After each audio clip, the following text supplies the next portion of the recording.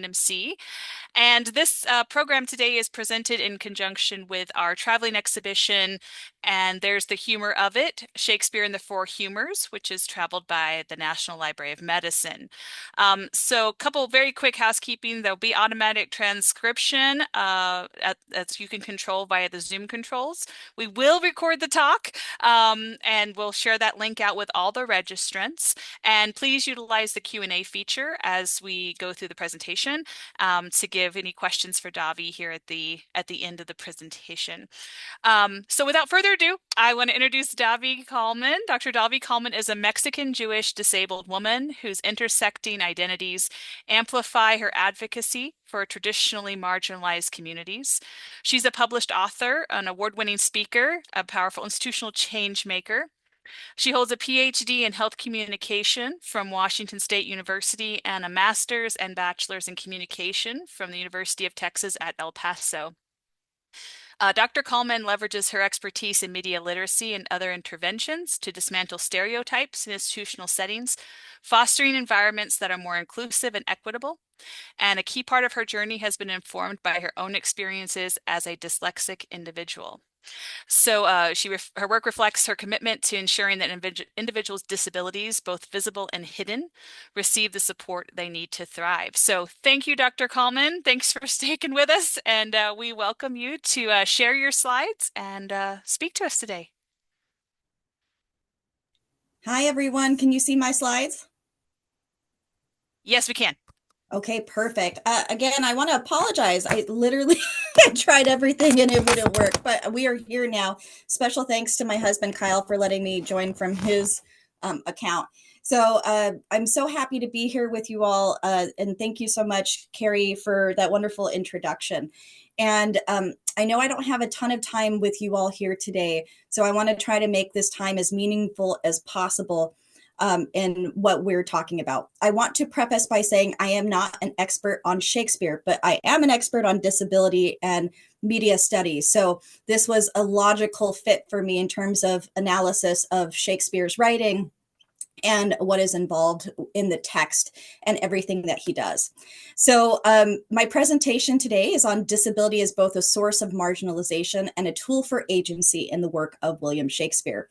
I also will say, given the time nature of this presentation, I typically do a visual description of all the pictures that I have in this presentation. Unfortunately, I won't be able to do that today. I don't have time, but I am sending a PowerPoint version of this presentation, and all the images will have embedded text in there. So anyone who may need a screen reader should be able to get a description of all the images. All right, so an agenda today, because as my background suggests, so my first love before I started getting into the administrative side was I'm a teacher. I still teach communication studies. I've been teaching for about 20 years. So how I typically do my presentations is more of an interactive lesson that I like to do with folks. So in keeping with the theme of the presentation and with the exhibit that you currently have, and I really hope that you go to the library to see this exhibit. I kind of spent the last couple of weeks looking at the archive to see what's available and to get a preview of what you all will see. And it's just astounding. So to preface that, I'm going to be talking about the four humors, just give you an idea and hopefully to get you excited about checking out the exhibit that you have at your institution. I'll be talking about examples of humoral language in some plays, The Taming of the Shrew, King Lear, Henry at part 1, and Hamlet. And then also we'll be diving in specifically to Shakespeare on disability. So characters as a marker of character in plays such as Richard III, King Lear, Othello, The Tempest, Twelfth Night, and Henry VI. And empathy and humanity in plays like King Lear, Richard III, and The Tempest. Social stigma and marginalization in plays like Richard III, King Lear, and Tempest. You may see a theme that the majority of the plays that talk about disability and the four humors are interrelated, right? And that I'll kind of piece them together of why that is. And disability is a source of power and agency in plays like King Lear, Richard III, The Tempest, and Twelfth Night. And then we'll end on a slide of a multifaceted approach to disability, nuanced portrayals of non-normative minds and bodies. I will also say, because I have several learning disabilities, that I do my best to pronounce things the best that I can, but no matter, having a PhD and a lot of education, I still struggle with that. So please be kind to me as I kind of mess up some of the characters' names as we go through this. Okay, so Shakespeare and the Four Humors. And if you see the exhibit, you'll get to kind of delve into this more, but just to prep us of what we're going to be learning today. So the four humors are split up in this wonderful diagram. We have the yellow bile, which is choleric, and the black bile, melancholy, blood, and phlegm. So these are all by different colors that we have here. So blood was associated with a warm, optimistic, and social temperament. Phlegm was linked to calmness, being passive and a cool demeanor. Yellow bile was connected with a fiery, aggressive, and hot-tempered nature. And black bile, which was melancholy, was indicative of a somber, introspective, and depressive disposition. So the four humors helped guide European medicine up until like the 1700s. While it's no longer used today, they were often used and part of Shakespearean cosmology and also as part of character development. So Shakespeare's use of the humoral imagery, a reflection of balance and imbalance. So the terms used in Shakespeare's work describe personality. And if we break it down a little further, we have blood, which is characters who are optimistic, lively, social, often seen as embodied a very social temperament. Shakespeare uses warm, vivacious language to depict these individuals.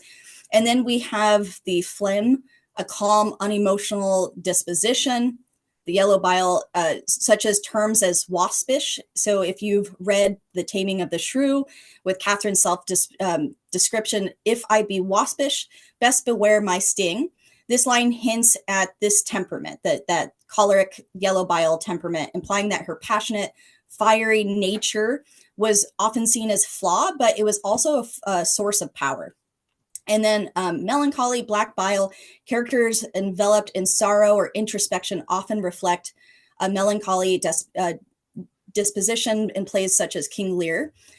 And so you would see that complexity in these characters. So in The Taming of the Shrew, and I believe, Carrie, you may correct me if I'm wrong, I believe this is one of the pieces that is on it's one of the pieces that you have in your exhibit. But excuse me, Taming of the Shrew connected with fiery, aggressive, and hot-tempered nature, as I had discussed. Catherine's waspish temperament was hot-tempered and combative. Again, this quote, if I be waspish, best beware my sting. This was Act 2, Scene 1. Here, waspish evokes a choleric temperament marked by excessive of yellow bile, which in humoral theory was associated with irritability, aggression, and fiery disposition. And in this picture, you see that she throws like a guitar on someone's head. The waspish nature would signal unruly behavior and expression of an imbalanced humoral state. And so with the four humors, typically that's what it described, right? Which was the imbalance or balance of something, that if you were not balanced physically, emotionally, and in your aura was imbalanced as well. It seemed to be connected. So Richard Richard exploits his own defective nature, and I say defective in quotes because this is what he talks about in this play. It is interpreted in terms of physical deformity and choleric ambition. So this is the self-description. You'll see this a lot throughout my presentation, because in as much as it describes the four humors, it also describes Shakespeare's perspective of disability during this time. I that am curtailed of this fair proportion, cheated of feature by dissembling nature, deformed, unfinished, sent before my time into this breathing world, scarce half made up. And this was Richard 3, Act 1, Scene 1. In this instance, it represents an imbalance of the four humors, which led to his bodily deformity and an unstable character, as we see throughout this play, that the character itself is very unstable. There's a lot of mood swings in that. There's a lot of inner turmoil and moral instability. So is the physical representation of this monstrous character is reflected into the personality.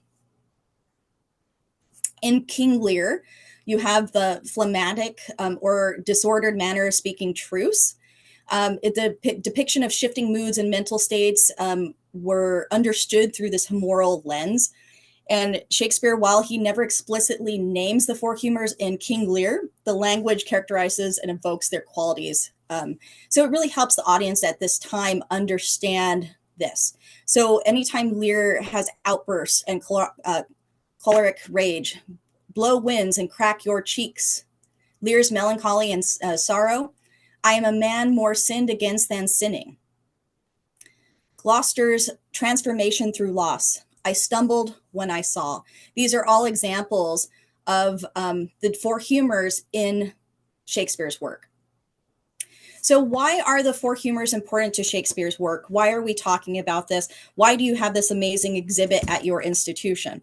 Well, I believe, and a lot of scholars that study Shakespeare and disability believe, that the four humors provide depth and relatability during this time. It provides a lens that's familiar and for the audience to understand complex personalities. It is the interplay of body and soul. So there's often blurred lines between a physical condition and an inner moral state, such as Richard III. Physical imbalance could metaphorically represent a moral one, such as Richard's character. A dynamic transformation, so imbalance can be remedied or moderated. Choleric nature could be balanced and often lead to a character's transformation. So such as Catherine in Taming of the Shrew and how she had transformed throughout the entire play. And then lastly, cultural resonance. They were a way of making sense of human behavior, giving the characters depth based on contemporary ideas. Most importantly, the four humors provide a sophisticated tool for character development during this time. By having these different characteristics of these humors, it allowed Shakespeare to create these characters based on something that was contemporary to the medical field during this time. So now that you know about the Shakespeare and the four humors, let's delve into Shakespeare on disability. So before we delve into that, though, I have to give you some information and tell you about the models of disability. Since the beginning of time, these are the two basic models of disability. You have the medical model of disability versus the social model of disability. Given that this is a medical program, a lot of how disability was created, or even in the time of Shakespeare, was very medical model of disability and how we perceive it. So in this image, it has a circle, and this is the medical model of disability. The circle represents the person. In the circle, it says the problem is the person. And there's arrows pointing into the person saying that is the household confined to a wheelchair, can't walk, can't get up steps, can't see or hear, is sick or looking for a cure, has fits. What the medical model states is that the person that has a disability is the problem, and they need to be fixed in order to conform into society. This is a traditional model of disability.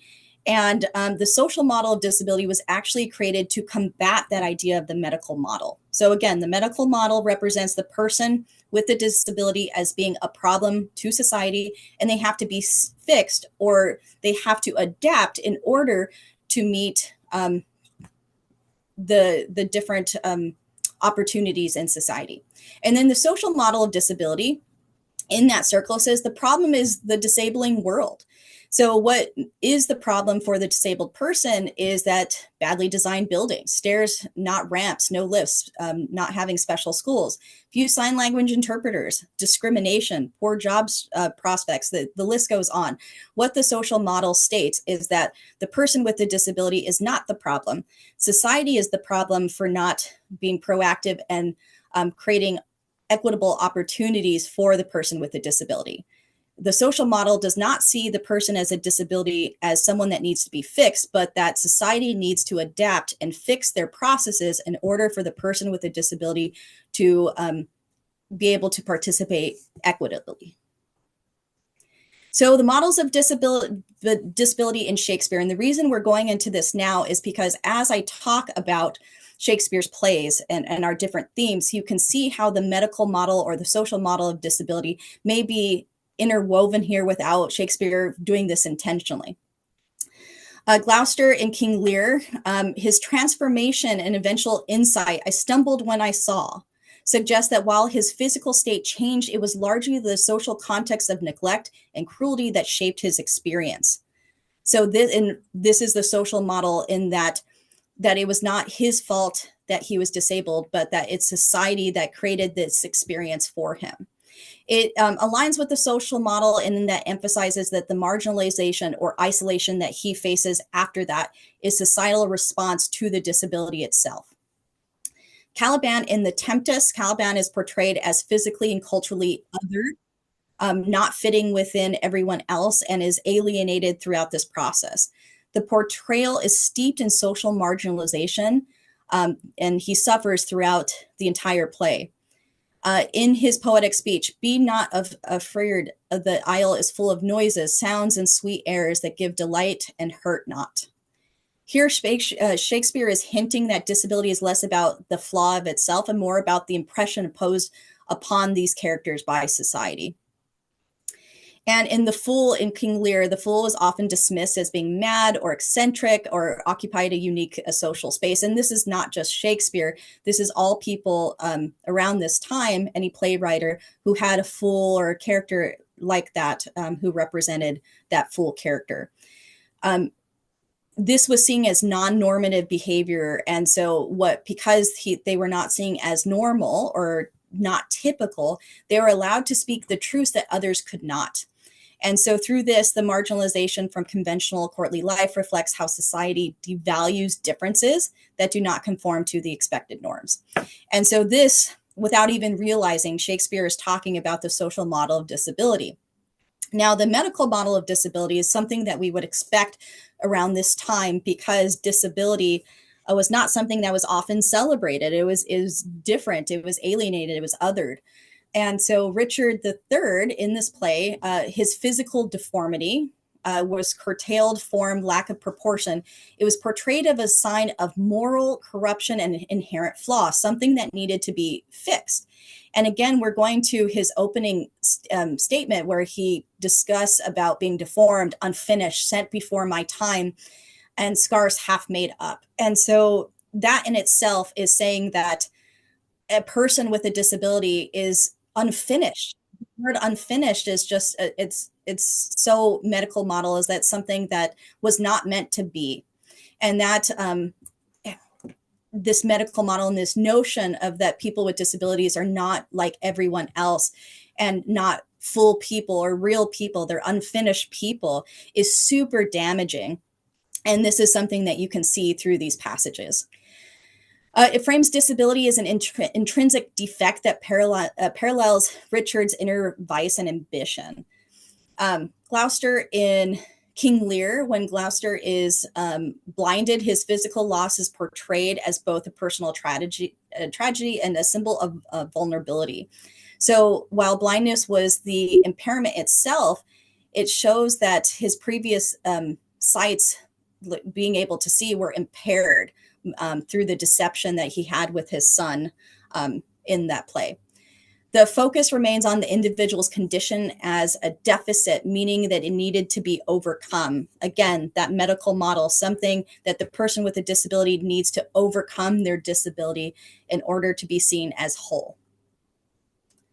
So Shakespeare's multifaceted approach to models of disability, one that we see throughout his works, that the models are constantly blended. It's not just disability seeing as a one-dimensional, it's multidimensional. The characters have very complex ideals embedded in them. They're not just disabled people or have disabling characteristics. They could be disabled while also having a really childlike wonder to them, such as Caliban in The Tempest. And so it's pretty cool to see how these models are blended. And then a critique of what is normal. Through characters like Caliban and the Fool, Shakespeare critiques a society that rigidly defines normalcy, like what is normal in this. And transformation and agency, the journeys of characters like Gloucester, who gains moral insight through the experience of physical loss, underscore the possibility of transformation when societal barriers are confronted. So this is really cool. And something that you'll see, there's this constant duality of Shakespeare's writing. Like, it's not always just good or bad. There's always a mixture. So we'll start off with disability as a marker of character.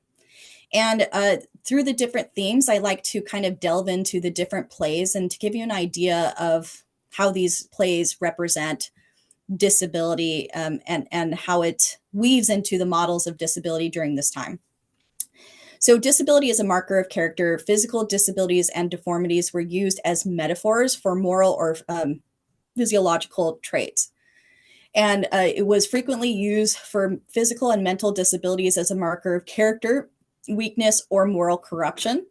And it reflected the belief that outward appearance signified inner virtue or vice. Again, that balance or imbalance when we're comparing this to the four humors. Some complex ideas, as we find that blindness, it can be a metaphor for wisdom. So just because you're physically blind does not mean that you can't see. And there's a lot of really wonderful and profound quotes that are said throughout Shakespeare's work that shows that just because of a physical manifestation does not mean that there's not wisdom, that there's not character in the personalities themselves. So King Lear, in King Lear, blindness serves as a metaphor for foolishness and wisdom. So again, Gloucester, who was physically blinded and deceived, he was foolish in that fact, but he gained wisdom through the transformation of his character. So while he couldn't physically see, he could see different elements of what was around him. So I stumbled when I saw. He was deceived by his son Edmund, and only when he loses his sight does he see the truth of that. And then when King Lear descends into madness, he realizes his own metaphorical blindness. And you can see the difference between Gloucester and King Lear. Whereas Gloucester, he becomes physically disabled because he loses his sight, but then he can see, where King Lear loses his sight because he descends into madness. A man may see how this world goes with no eyes. Richard III. I love this depiction of Richard on the right-hand side. Looks so menacing in that character, and you can even see the shadow in the back with his hunched back, and he just looks evil in this depiction.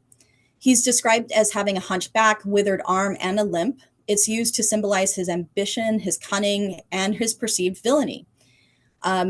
In this quote, I am curtailed of this fair proportion. We've heard this one before. Cheated by feature, by disembling nature, deformed, unfinished, and sent before my time. So again, the physical deformity isolates him from society, leading him to embrace that villainy. So you may have heard this before. People are not created or are not born monsters, they're made. And that is where this idea comes from, is that the villainy, he embraces it because of how he's treated from his physical deformity. Modern scholars and disability activists, however, have re-examined his portrayal. Some of them argue that the villainy is shaped more by societal rejection rather than the disability itself. So again, that leads to that social model of disability, is that Richard was not created this way. It was based on years and years of being treated by society as something that he is not. In The Tempest, Caliban is portrayed as physically deformed. This is an image portrayal of Caliban with very reptilian feet and scales and everything all over. But his appearance is used to justify his status as a servant and his treatment by Prospero. A freckled whelp, hag-born, not honored with a human shape. And throughout, Prospero, it emphasizes Caliban's unnatural and monstrous form. It reinforces the idea that his external appearance makes him inferior, again, which leads to, if we're looking at the models of disability, this is a very medical model of disability. is that he is not normal. This is something that needs to be fixed in order for him to be on the same level as everyone else. In Twelfth Night, disability is played for comedy, and we see this a lot in a lot of media scholars study this.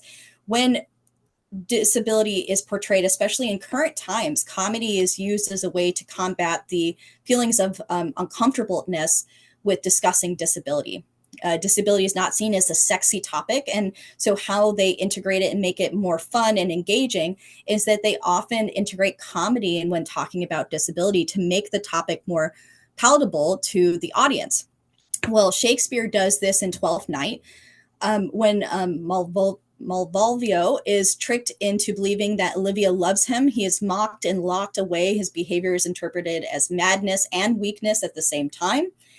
And this quote, "Why have you suffered me to be imprisoned, kept in a dark house, visited by the priest, and made the most notorious geck and gull that invention played on?" Empathy and humanity. So while Shakespeare's work used disability to talk about character, the work also talks about the empathy and humanity as woven in through his works. Characters are complex, they're multidimensional. The work suggests that he recognized humanity and the inner lives of people with disabilities. And while disability is often seen as a marker of weakness and villainy, many of the disabled characters are very complex. Even Richard, in terms of how his journey progresses throughout the play, you can see how it's very complex. It just doesn't start out with him being ruthless. This is something that has been kind of carved and created over time. A lot of these characters, even the villainous ones or the ruthless ones, are intelligent. They have agency and power, emotional depth. Kallman, the emotional depth when describing things, just shows that he's not just a brute or monster. This is a person that has feelings. And so this really delves into the empathy of it. In King Lear, Gloucester's journey in King Lear is a good example of how Shakespeare gives depth to disabled characters.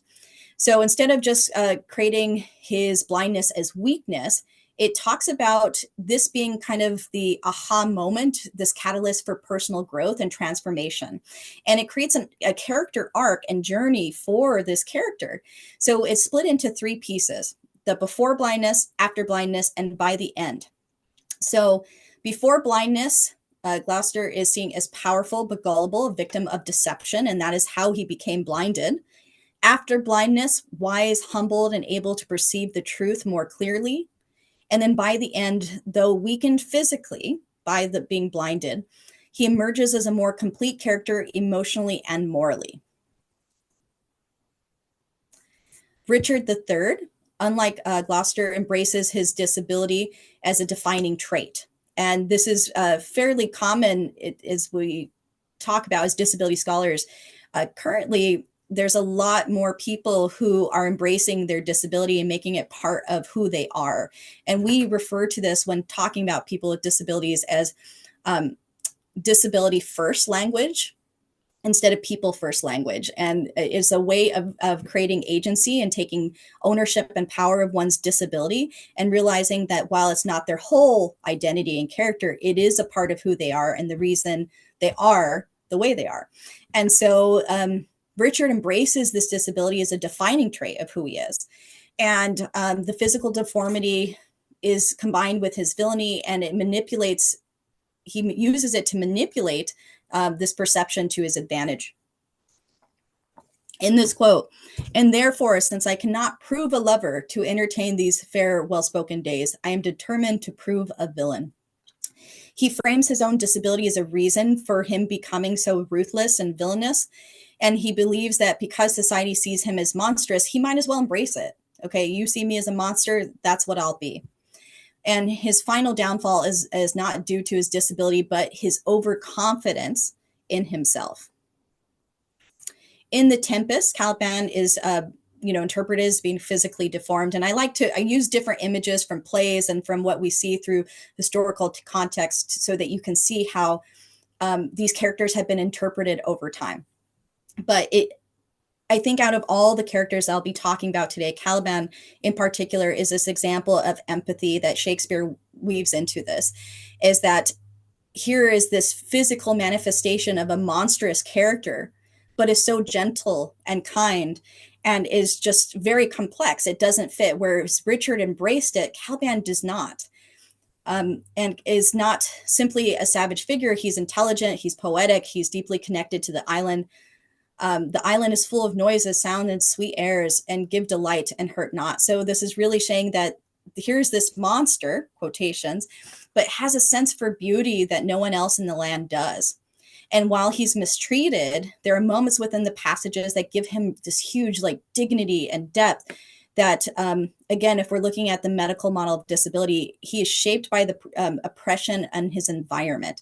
So while the medical model of disability is seeing him as something that needs to be fixed, the social model saying is that despite everything, he is shaped by the oppression that is put onto him, and he still overcomes despite that.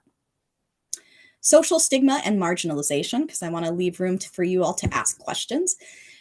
Shakespeare's plays often reflect that social stigmatization of disability at this time. Characters with physical or mental differences faced ridicule, discrimination, exclusion, and this is something that continues today. We see this in media all the time as disability media scholars, but we also see this as people with disabilities, that there's something called communication apprehension, and this is very common with people who don't have disabilities in trying to initiate conversation with people who do have disabilities, is that there's this apprehension and uncertainty in initiating communication with someone who's disabled. It leads to marginalization and alienation. So what people do is they just avoid the interaction completely. And so this can, as we know, this can lead to really traumatic experiences for the disabled person, as such as discrimination, bias, prejudice. It just, the list goes on. Shakespeare sometimes critiques these attitudes, though. For example, in Twelfth Night, the character Malvolio is mocked and mistreated, highlighting societal cruelty towards those perceived as different or abnormal. In King Lear, the blindness leads to social exclusion. And then when he's physically blinded and in a powerless state, Regan mocks him as he begs for mercy. Let him smell his way to Dover. This line implies that Gloucester, now without sight, is reduced to an almost animalistic existence, stripped of dignity, like he has to smell his way to this. And once he is blinded, he's cast out into the wilderness. This is a physical manifestation of alienation, right? Of becoming disabled and then being alienated into the physical wilderness. And Richard III, disability, stigma, and stereotyping. Richard's physical deformity is constantly used to justify his social alienation. And in the last line, because we've used this quote a lot, but the dogs bark at me as I halt by them. The idea that dogs are barking at Richard suggests that even animals instinctively reject him because of his physical manifestation. And if animals are rejecting him as well as humans, this suggests that that people with disabilities are really at the lowest form of humans in terms of being rejected by all forms of society. Even Margaret says, the slave of nature and the son of hell. And back then, too, if you were seen as unnatural or evil or monstrous by having disabilities, it was often related to this religious element as receiving punishments from God. In The Tempest, Shakespeare does not specify Caliban's disability, but discusses the deformed or monstrous characters. And even Prospero justifies enslaving Caliban, arguing that his supposed savagery makes him unfit for freedom. And we see, even with modern day slavery, we see this as a justification that was used in the United States when slavery existed, is that they were unfit for freedom. They were unfit for this. And so this really mirrors historical justifications for the mistreatment of disabled people, or people who are different or othered and denied agency. So lastly, disability is a source of power and agency. So we've talked about character development, we've talked about alienation and isolation, and now we want to talk about how power and agency is woven into this works as well. So some of the characters use their disabilities to manipulate others or to gain wisdom or challenge social expectations, but all of them are very complex and they don't just sit with their disability, they use it to do something. And I think Richard was one of the only ones in using it for villainous nature, being ruthless compared to some of the other characters throughout Shakespeare's work. But it suggests that Shakespeare did not view disability purely as a marker of weakness, but that there was something else there. It was defined resiliency, strategy, or self-realization, such as Gloucester. So in King Lear, after Gloucester is blinded, he becomes aligned with Lear, who has also been stripped of his former power. So, and then the two wander together in the wilderness, experiencing enlightenment outside of the rigid structures of the court. Well, one is physically blinded, one has been blinded by, you know, their overconfidence in what they're doing. So rather than disability being a loss, it's deeper understanding of life. And so, and then also one thing we don't really talk about a lot is the fool. Disability scholars believe that the fool was described as being neurodiverse. And this allowed the fool to speak the truth in ways that no other person in the court could. Thou shouldst not have been told till thou hast been wise. The fool challenges the king's decisions without fear, using the perceived foolishness to do that. So in this, it shows, Shakespeare kind of suggests that the fools may actually possess the clearest understanding of the world because they don't have the same societal expectations that others have. Richard III weaponizes his disability, using it to deceive others and gain sympathy. And this quote, why I can smile and murder, whiles I smile and cry content to that which grieves my heart, and wet my cheeks with artificial tears, and frame my face to all occasions. Again, they're talking about artificial tears, faking it to gain manipulation over other people. So his power comes from shaping his own narrative and being the manipulator as a instead of being manipulated by society. In The Tempest, Caliban, often interpreted as physically or intellectually different, retains his own form of power through deep connection to the island. This is his form of protest against Prospero. You taught me language, and my profit on't is I know how to curse. Even though Prospero physically enslaves Caliban and tries to civilize him, Caliban turns the education into a weapon. And we see that in this, as ability to curse as a form of linguistic agency rather than defiance. And so the famous speech about the island's beauty suggests that his understanding of nature surpasses his oppressor. Like, because he learned the language, he now knows more than his oppressors. One of the greatest examples that I've seen in this too is the Count of Monte Cristo. And as he learned and developed, and his knowledge made him, and it was fueled by the idea of revenge, he now was able to use that same knowledge against his oppressor. So we see this then, we see this now. It's pretty cool. And then lastly, 12th Night, Malvolio, though mocked and falsely declared mad, eventually asserts his own dignity and agency. He refuses to accept the treatment as is. I'm not mad, sir, but do you remember, mad, call I it, for the define true madness. What is it but to be nothing else but mad? So this passage questions who decides what madness is. Malvolio's protest suggests that labels of disability or mental instability are often imposed by those in power to control others.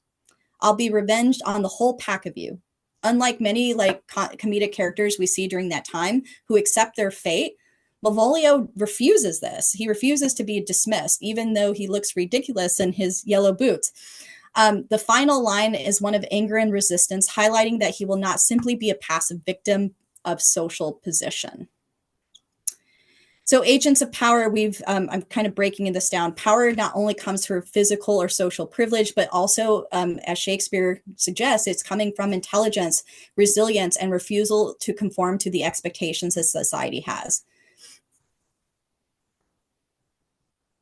So the multifaceted approach to disability. Shakespeare's multifaceted portrayal of disability reflects both the cultural prejudice of his time, but also a more progressive understanding of human potential.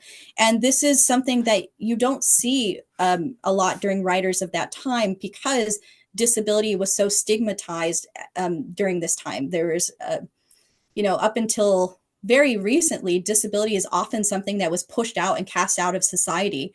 And Shakespeare talks about it, may not mention disability, but these physical deformities and manifestations, he discusses it. He discusses it quite often in his works. We've discussed how Shakespeare's approach to disability is multifaceted, but it weaves together ideas of marginalization and the celebration of non-normative bodies, such as characters like Kallman and Malvolio. And disability is used often as a rich metaphor that reflects both societal prejudices and potential inner wisdom and resilience. So the characters itself challenge the boundaries of what it means to be whole, offering a rich understanding perspectives that continue to inspire discussions. And so a lot of disability and Shakespeare scholars discuss this oftentimes and realize, trying to question if Shakespeare knew exactly how much he was actually talking about disability in the four humors in this work and how this connected. And without even knowing, I believe that Shakespeare probably is one of the biggest advocates for disability during this time because of the way he spoke about it. And that is it for me today. I wanted to open it up and see if anyone had any questions. And then also the QR code on this screen takes you directly to my website, and you can always contact me at my Pierce email or at my Gmail. Thank you all so much for having me here today. Thank you so much, Davi. We do have one question already in. How has the social stigmatization of disabled people evolved since Shakespeare's time, and has it ever regressed in any way? I would have said it has never regressed up until recently. And I think where we've seen the biggest difference is the portrayal of disability in more modern media, that channels that we see in terms of how disability is not very much like Shakespeare, how it is not good or bad. It's a very neutral depiction of disability and talking about, like, here are disabled people. This is what they look like. This is who they are. Take it or leave it. And there's some really great shows out there that talk about that. One of the shows that was really good, called Speechless. It was written by disabled people, acted by disabled people, talking about disability topics. And so this is something that we wouldn't have seen back then. And so it's really focusing on the authenticity of disability, not the stereotypes that we're used to. So, and there's been a lot of really wonderful progress in terms of our political state. Like I said, up until recently, the political landscape, there's been a lot of progress in terms of making sure that television and media in general are providing authentic depictions of disability. So there's been a lot of really great stuff there, because if people do not have interactions with people with disability, where do they get their idea of what disability is? They get it from television and media. And so if the depictions are not accurate, or if they're stereotypical, it's going to create a really unrealistic idea of what disability is, and it's going to perpetuate someone's unwillingness to initiate a conversation with a disabled person, which again leads to discrimination, bias, prejudice. And so that's been really great. Now, what's really scary in the current political climate is that there's been a lot of talks to remove Section 504 of the Rehabilitation Act. And so in terms of how the political climate is impacting the rights of people with disabilities, it's been very scary for us with disabilities who relied on accommodations and protections in the workplace and beyond. So yes and no is the quick answer to your question. But in terms of media, I think it's really come a long way. There's a lot more, I would say there's a lot more intentionality behind the stories that are created about disabled people. And just to piggyback on that, oh, well, I'll save my question. There's another one that's come in. Are there any recent performances of Shakespeare you can think of, movies, theater performances, or even written descriptions of past performances that resisted stereotypes of disability or presented disability in interesting and different ways? Yes, I'm going to show a picture really quick because as I was writing this the other day, give me one second. Um, I realized that even in depictions of Shakespeare, even of Richard the Third, you don't often have people with disabilities portraying that character, and so it's can be really problematic because like disabled people should, play disabled characters. Um, but what's really cool is when disabled, so when we normalize disability to the point where it doesn't matter if the person has a disability or not. If they are the best person for that role, they should be allowed to play that role. And so let's see if I can find the picture. One of my favorite Broadway actors, I forgot her. I think it's Ali Stoker. Okay, I'm gonna pull up this picture. And so Ali Stoker is a Broadway actor and has been in a lot of different plays, movies. And so you can see in this image here, this is one of the depictions, I believe, yeah, Richard III is having an inclusive class where I believe she's playing Catherine in Richard III, but it wasn't about her being in a wheelchair. It was about the fact that she's a great actor playing this role. And so more plays should be open to inclusive casting. And Ali Stoker is one of the more popular actors with a disability that we see, but there's not a lot out there. And there's a lot of, you can't tell me that there's not a lot of people with disabilities that are great actors. So it's more of, are they being given the opportunity for casting calls? Are the casting calls accessible in nature? And probably not. Is there a ramp leading up to the stage for disabled people to get on stage itself? So this is one of the better, more inclusive opportunities that they have for Richard III, but this is the only one that I can think of in recent time where they're very inclusive in the casting process. Fantastic. All right. Well, we are right at 1 o'clock. So I will just thank you again, Davi, so much for being here and sharing with us.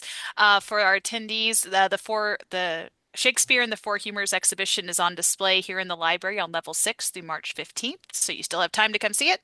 And if not, if you can't get to here in Omaha, you can definitely check it out online through the National Library of Medicine. So thank you all again so very much, and have a wonderful rest of your Monday. Thank you all so much. Have a great day. And definitely check out the exhibit. It's amazing. Thank you, Davi. We appreciate it.